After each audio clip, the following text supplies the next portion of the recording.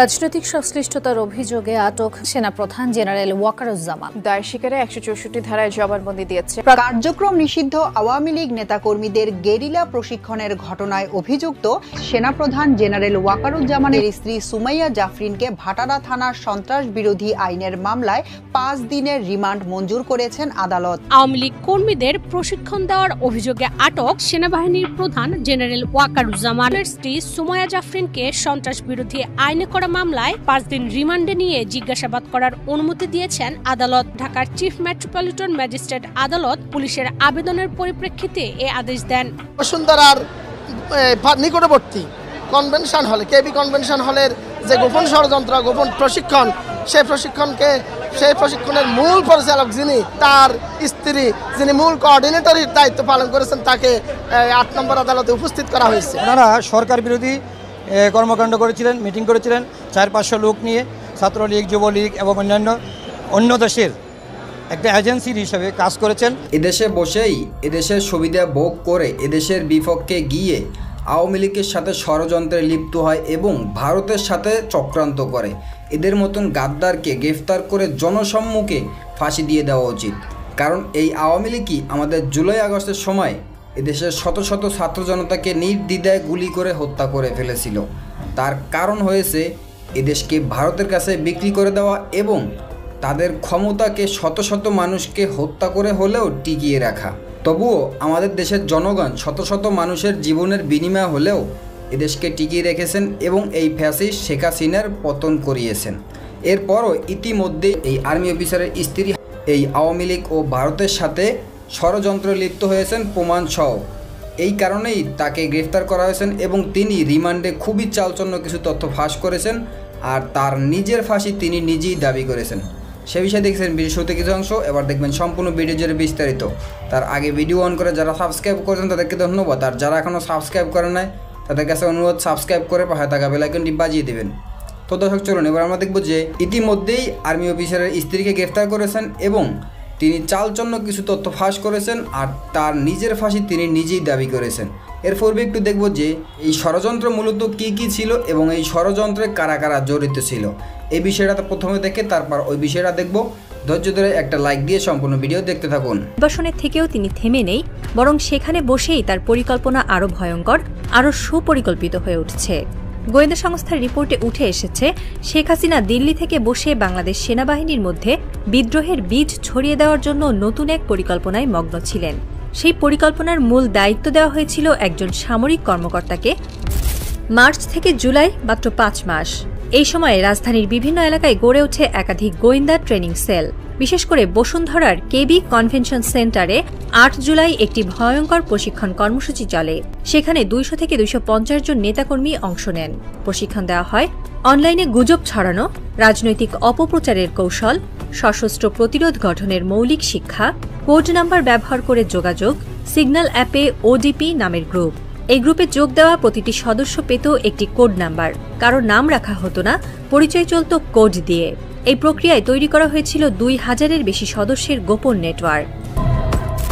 সাবেক ছাত্রলীগ নেতা শরীফ হাসান অনু, ইয়ামিন, মোহন এই নামগুলো আজ তদন্ত সংস্থার নজরে। এদের কারো বাসা উত্তরায়, কারো গ্রামের বাড়ি ময়মনসিংহে বা রাজশাহীতে। এদের মাধ্যমে সাদেক ও সুমাইয়া ছড়িয়ে দিচ্ছিলেন দীর্ঘমেয়াদী প্রতিরোধ পরিকল্পনা। তাদের ভাষায় 2 দলই থাকবে, আওয়ামী লীগ বা বিএনপি, কিন্তু আমাদের থাকতে হবে প্রস্তুত, নেত্রী ফেরার আগেই মাঠ গরম করতে হবে। এই কথাগুলোর নেপথ্যে ছিল এক ধরনের কুৎসিত রাজনৈতিক বিশ্বাস। ক্ষমতা হারালেও প্রস্তুতি চলবে, অস্ত্র, মানুষ, টাকা সব জোগাড় হবে। বাইরে থেকে দেখলে তারা সাধারণ ব্যবসায়ী, রাজনৈতিক কর্মী কিংবা অবসরপ্রাপ্ত স্বাস্থ্য পরিদর্শক। কিন্তু এদের হাত ধরেই ঘটছিল সবচেয়ে ভয়ঙ্কর জিনিসটি, একটি বিকল্প রাজনৈতিক যুদ্ধের প্রস্তুতি। শম্পা নামের নারী এবং সোহেল দুজনেই উত্তরার বাসিন্দা। একজনের স্বামী সরকারি কর্মকর্তা, অন্যজনের বাবা ছিলেন ওয়ার্ড আওয়ামী লীগের নেতা। কিন্তু তারা মিলে কনভেনশন সেন্টার ভাড়া, লোক জোগাড়, সামগ্রী ব্যবস্থাপনা, প্রশিক্ষণ তদারকি সবকিছুর মূল দিক নির্দেশনায় ছিলেন। ডিবি সূত্র বলছে কেবল কেবি কনভেনশন সেন্টারই নয়, কাটাবন মোড়ে মসজিদের পাশে একটি রেস্টুরেন্টের 3য় তলায়, মিরপুর ডিওএসএস এলাকা 10 নম্বর রোডের বেসমেন্টে, পূর্বাচলের সিরশেল রিসোর্টে, উত্তরার প্রিয়াঙ্কা সোসাইটিতে মেজরের বাসায়, একটি সুরক্ষিত অজ্ঞাত জায়গায়। এসব জায়গায় চলে ট্রেনিং, পরিকল্পনা বৈঠক, অংশ নেয় 70 থেকে 100 জন করে নির্বাচিত ক্যাডার। মামলাটি এখন বেসামরিক পুলিশ বিভাগের তদন্তনাধীন। এখানেই তৈরি হয়েছে নতুন রাজনৈতিক প্রশ্ন। সশস্ত্র বাহিনীর ভেতরেও কি শেখ হাসিনার অনুগত কিছু অংশ এখনও সক্রিয়? বাসভবনের বারান্দায় কাঠের চেয়ারে বসে আছেন একজন বৃদ্ধা নারী। তার চোখ দুটি রক্তবর্ণ হয়ে আছে রাগে, অপমানে আর অপূর্ণ প্রতিশোধের তাপে। তিনি শেখ হাসিনা।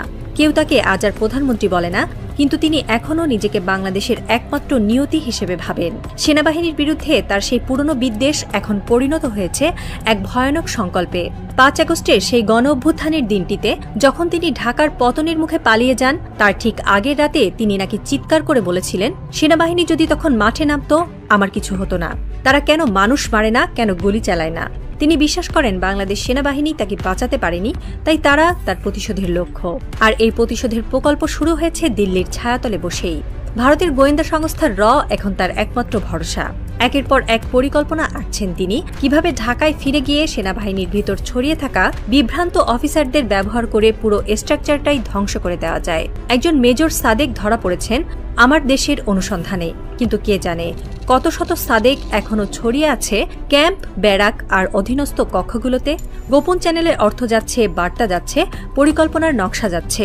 ঢাকার কোনো এক গলির ভেতরে কোনো এক কফি শপে হয়তো এখনো কেউ হাসছে সেনাবাহিনীর পতনের কল্পনায়। হয়তো সেই হাসিটাই ফিসফিস করে পৌঁছে যায় দিল্লির নির্জন কক্ষে শেখ হাসিনার কানে, আর তিনি ছায়ার নিচে বসে সেই হাসির প্রতিধ্বনি শুনে জবাব দেন, আমি এখনো শেষ হইনি। ওনারা সরকার বিরোধী কর্মকাণ্ড করেছিলেন, মিটিং করেছিলেন 400-500 লোক নিয়ে, ছাত্রলীগ, যুবলীগ এবং অন্যান্য। আমরা যতটুকু জানতে পেরেছি অন্য দেশের একটা এজেন্সির হিসেবে কাজ করেছেন। এই এজেন্সি হিসেবে কাজ করে ব্লক অপারেশন ঢাকা ব্লকের বসুন্ধরার নিকটবর্তী কনভেনশন হলে, কেবি কনভেনশন হলের যে গোপন ষড়যন্ত্র, গোপন প্রশিক্ষণ, সেই প্রশিক্ষণের মূল পরিচালক যিনি এই মেজর, তার স্ত্রী যিনি মূল কোঅর্ডিনেটরের দায়িত্ব পালন করেছেন, তাকে 8 নম্বর আদালতে উপস্থিত করা হয়েছে। এই মামলাটা মূলত দমভুক্তিকারী হাসিনা পালায় না, এই দমভুক্তিকারী হাসিনাকে বাংলাদেশে ফিরিয়ে আনার একটা গভীর চক্রান্তেরই অংশ। তারা এই কনভেনশন হলে অফলাইনে এবং অনলাইনে প্রায় 400 থেকে 500 ছাত্রলীগ, যুবলীগ, মহিলা লীগ, স্বেচ্ছাসেবক লীগ, আওয়ামী লীগ কর্মীকে ট্রেন আপ করেছে। তাদের এই প্রোগ্রামের উদ্দেশ্য ছিল হাসিনা যখনই প্ল্যান দিবে, ডাক দিবে, তখনই তারা শাহবাগ মোড়ে এসে উপস্থিত হবে। এই মামলার আজকে গুরুত্বপূর্ণ আসামি যিনি, তাকে মেজর সাদিকের স্ত্রী সুমাইয়া জাফরিনকে আদালতে উপস্থাপন করে মামলার তদন্তকারী কর্মকর্তা 7 দিনের রিমান্ড প্রার্থনা করেছেন। আমরা রাষ্ট্রপক্ষে যুক্তি উপস্থাপন করেছি যে মাননীয় আদালত, এই আসামি হচ্ছে মূল পরিকল্পনাকারীর স্ত্রী এবং তিনি সমস্ত ডাটা কালেকশন করেছেন। তিনি এই প্রোগ্রামকে বাস্তবায়ন করার জন্য সর্বাত্মকভাবে কাজ করেছেন। এই আসামিকে রিমান্ডে নিলে পরে আদালত এবং এই মামলার তদন্তকারী কর্মকর্তা মামলার আসল উদ্দেশ্য জানতে পারবে। কারা এই মামলার সাথে সম্পৃক্ত, কারা এই ঘটনার অর্থ যোগানদাতা, কারা অস্ত্র যোগান দেওয়ার প্রিপারেশন নিয়েছে, কারা ইউনূস সরকারকে হটিয়ে হাসিনাকে এই দেশে পুনর্বাসনের পরিকল্পনা করেছে। আদালত আমাদের বক্তব্যে সন্তুষ্ট হয়ে এই আসামিকে 5 দিনের রিমান্ড মঞ্জুর করেছে।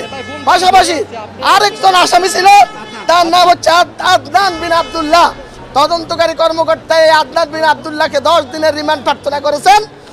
মাননীয় আদালত রাষ্ট্রপক্ষকে শ্রবণান্তে সন্তুষ্ট হয়ে এই আদনান বিন আব্দুল্লাহর 7 দিনের রিমান্ড মঞ্জুর করেছেন। আলোচিত সেনা কর্মকর্তা মেজর সাদিকুলের স্ত্রী সুমাইয়া জাফরিনকে সন্ত্রাস বিরোধী আইনে করা মামলায় 5 দিন রিমান্ডে নিয়ে জিজ্ঞাসাবাদ করার অনুমতি দিয়েছেন আদালত। বৃহস্পতিবার 7 আগস্ট ঢাকার চিফ মেট্রোপলিটন ম্যাজিস্ট্রেট আদালত পুলিশের আবেদনের পরিপ্রেক্ষিতে এ আদেশ দেন।